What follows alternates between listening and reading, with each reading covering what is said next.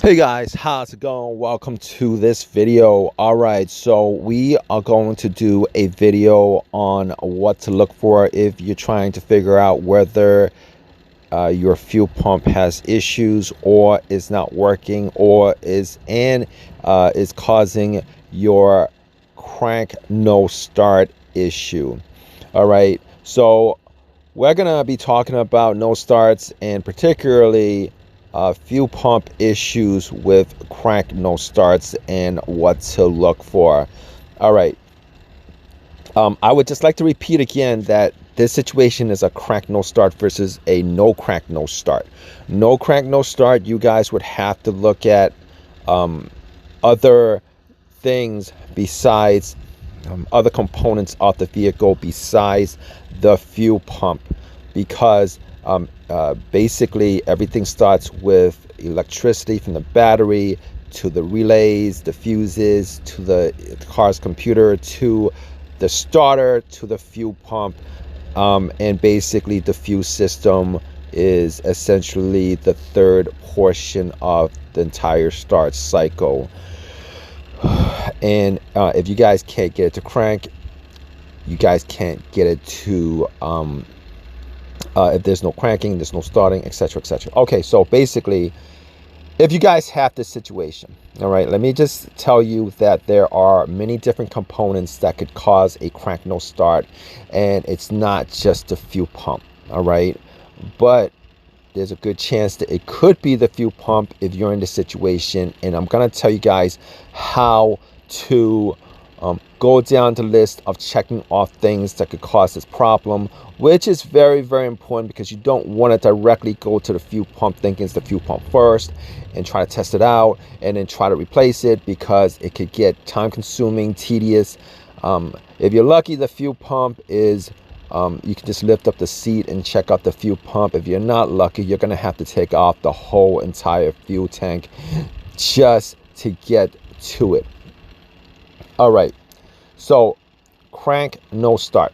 There are many things that could cause a crank no start. All right, you guys, when you guys do a troubleshooting of this, you guys want to go from the easiest, cheapest thing that you guys can do. All right, that easiest, cheapest troubleshooting could actually resolve your situation. All right, first of all, if you guys have a crank no start, if it's a strong crank no start, it's probably not the battery. All right, what you guys want to check off the list is, you guys want to check off the list to make sure that your fob key battery is good. A lot of times people do not check the fob key battery to make sure that it's good. All right, that's very important.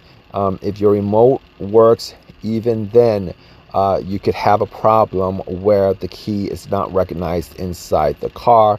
What you guys want to do is you guys want to put the key fob as close to the ignition cylinder, or if you guys have a push start, you guys could actually use it to push start, use it to push the push start button to get it to start if that is your problem. All right, first off the list, change out your fob key battery.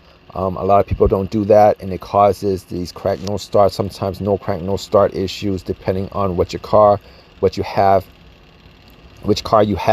So check that off the list.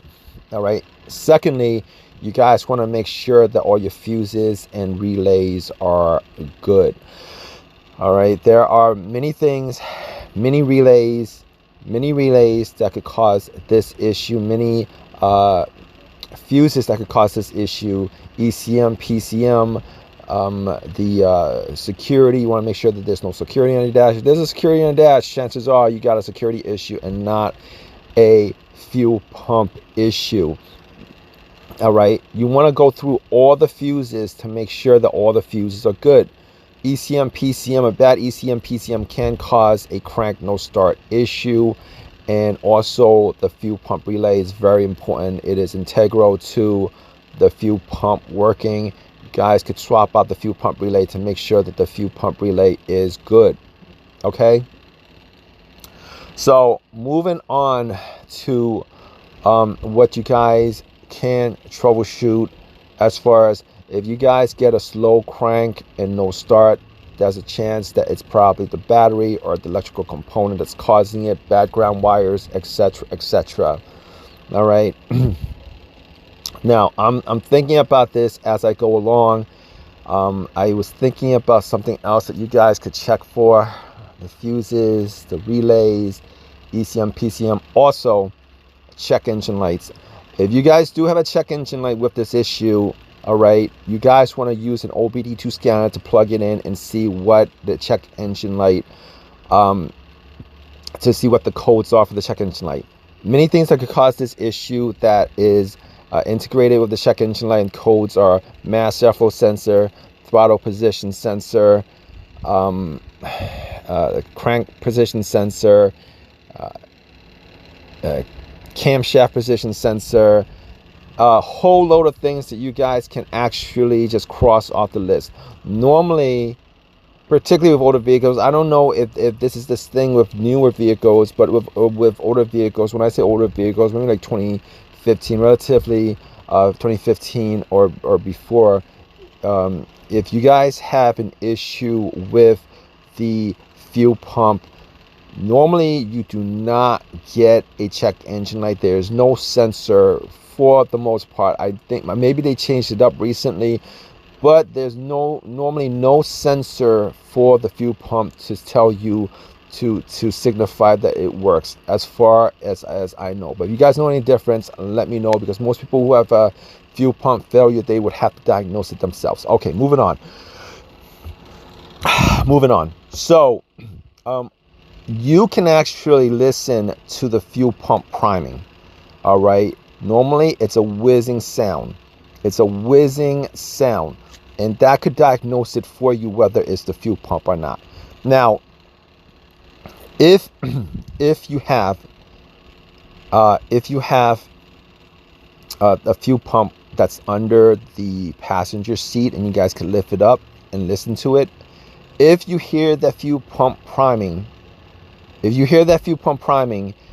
means that the fuel pump motor is working. Now, there are things that could cause the components not to work, as far as having the gas go through the system. Obviously, you have fuel filter issues. You could have a fuel filter leak. You know, there are some vehicles that have fuel filters that malfunction and leak and cause this issue. I've done videos on that.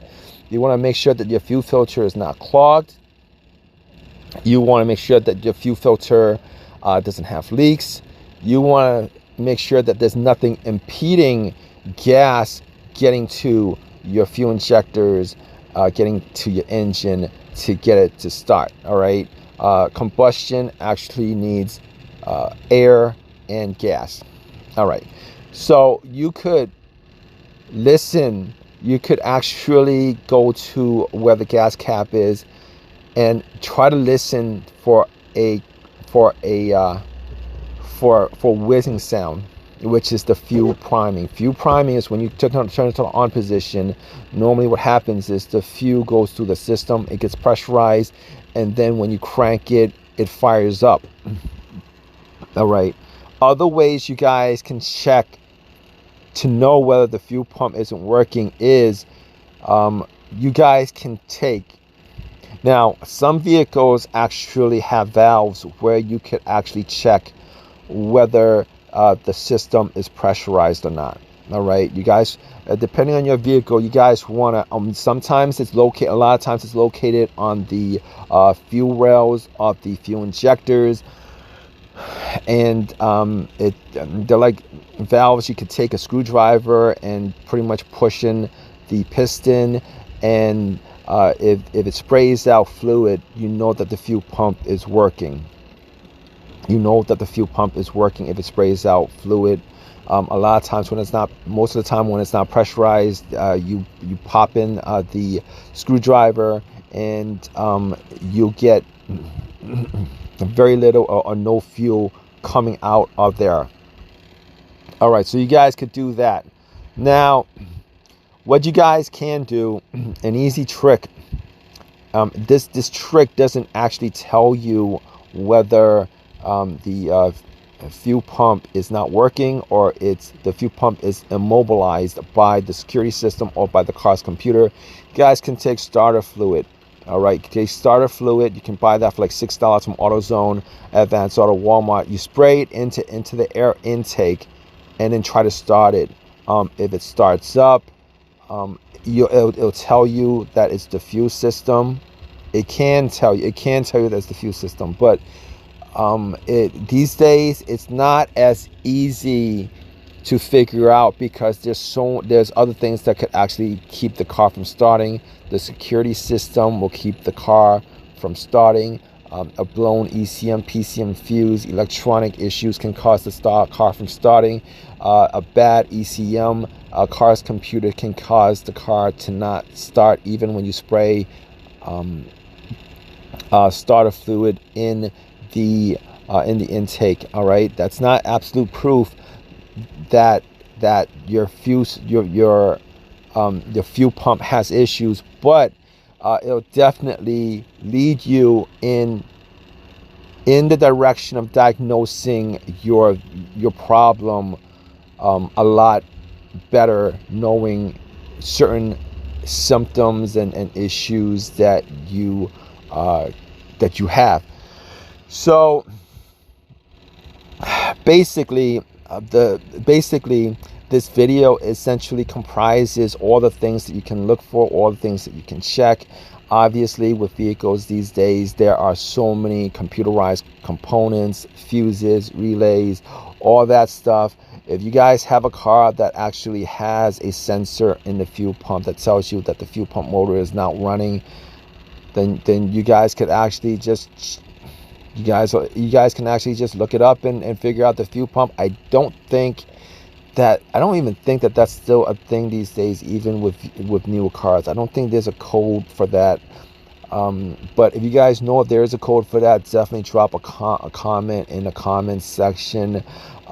Fuel pumps normally are serviceable parts. They're not relatively speaking, they're not the hardest thing to change out. To be honest with you, if it's under the fuel pump, they're kind of difficult. You'd have to empty out the gas and all that stuff. If it's under the seat, not the hardest thing to change out, but it kind of depends what vehicle you have. Anyway, I could go on and on about fuel pump issues, things related to fuel pump you can look for, etc., etc.